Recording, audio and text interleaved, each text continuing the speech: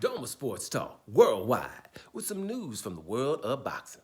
So y'all know what time it is. You ain't in a rush to get concussed. Now it's the number 2 pound for pound news, right? Hey, you on Doma Sports Talk. Number 2 pound for pound in boxing to me is Demetrius Andrade. Look at my pound for pound list I did about a year ago. He's number 2 pound for pound because the man is legendary and tragic at the same time. Tragic and legendary. It's tragic because, hey, look, he's been a champion for about 10 years and still haven't had those significant fights. But, you know, to have significant fights, people got to want to fight you, right? And so a lot of times, you know, you get the questions, who you fought and what you bring to the table, those kind of things. Those are dog whistles for we ain't trying to fight him. But when you ask a champion who he fought, that's a silly ass question. It's a champion. Go get that damn belt, period. Or if you can bring the most money, everybody that fights him makes their most money, right? And you can bring that to the table. What about one even higher? If you can bring undisputed to the table, like he brought to Canelo Alvarez with the highest payday at 160 pounds, right? There's nothing else you can bring to the table. What he brings to the table that people don't like is he's bad as hell, right? And you're probably going to lose to him. Even worse, you're probably going to get embarrassed. So those are the reasons this man won't get fought.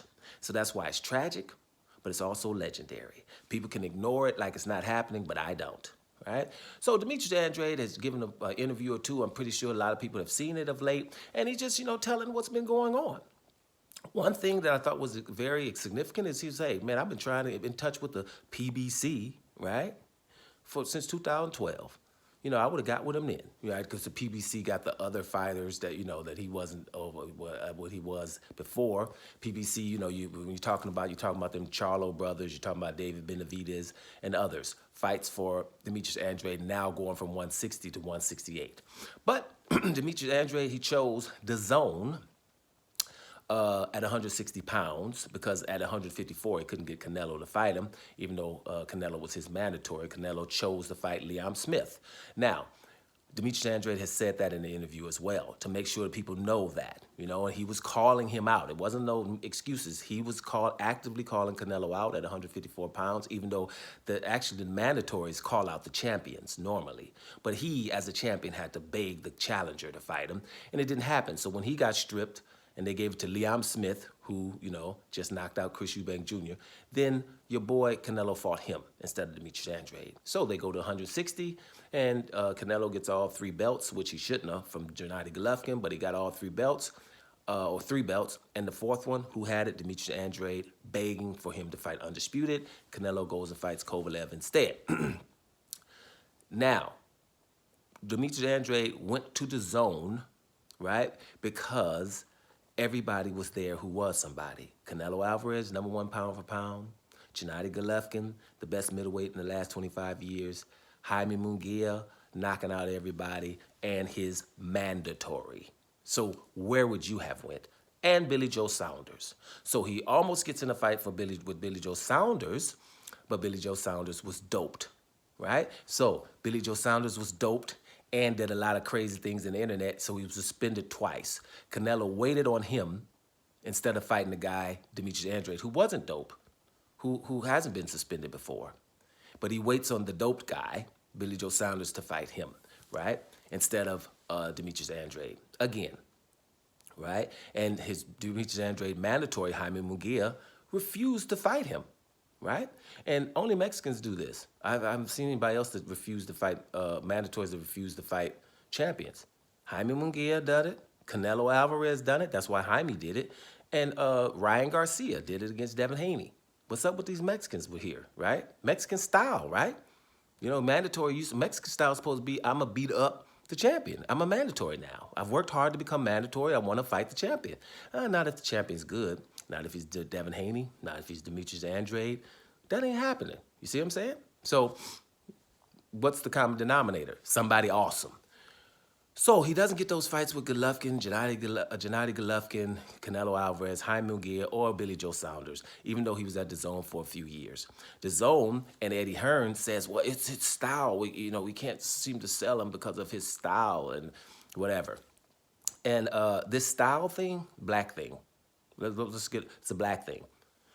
Demetrius Andrade's style is damn near identical to Lomachenko's. One of them we see what Lomachenko does when he got foot movement or upper body movement, right? We even call it the Matrix, right? Same stuff you see with a black dude, it'll be called boring, because people are coming to see black people get beat up. Hence, I say boxing is beat the black guy.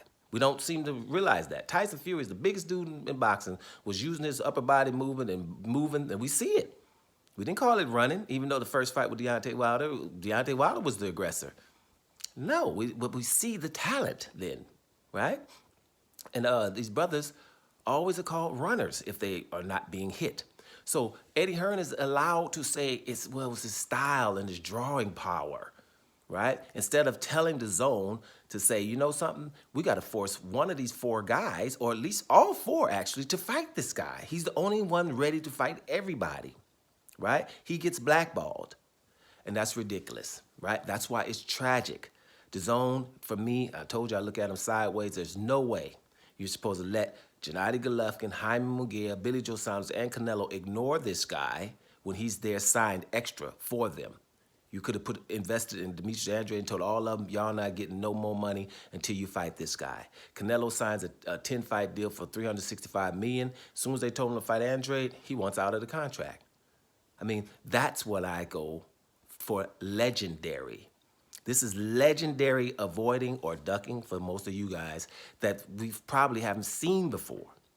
So, no, Demetrius Andrade made no wrong business moves. No, he ain't boring. How can you look at that and call that boring, right? That's ridiculous. So, yeah, it's tragic, but I love the fact that Demetrius Andrade is out there telling the truth. There's no more beating around the bush. Tell the truth. Anybody got something to say about it, go prove the man wrong.